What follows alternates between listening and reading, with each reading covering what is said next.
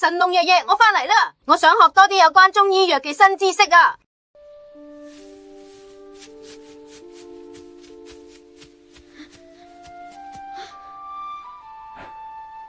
你返嚟啦，我哋開始今日記中醫藥知識小課堂啦。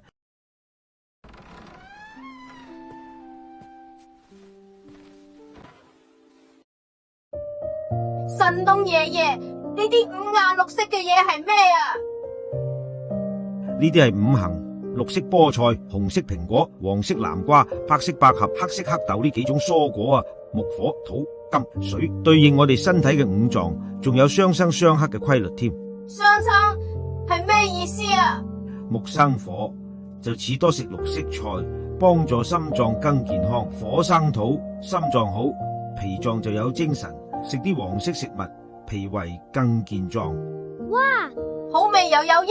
有相生就有相克，金克木，唔好一次食太多白色食物，會影響肝臟噶。咁日常點樣用啊？煮餸時均衡搭配，每餐有3種顏色就係最簡單嘅養生啦。我知道啦，以後每餐都要食齊5種顏色，做個健康小朋友。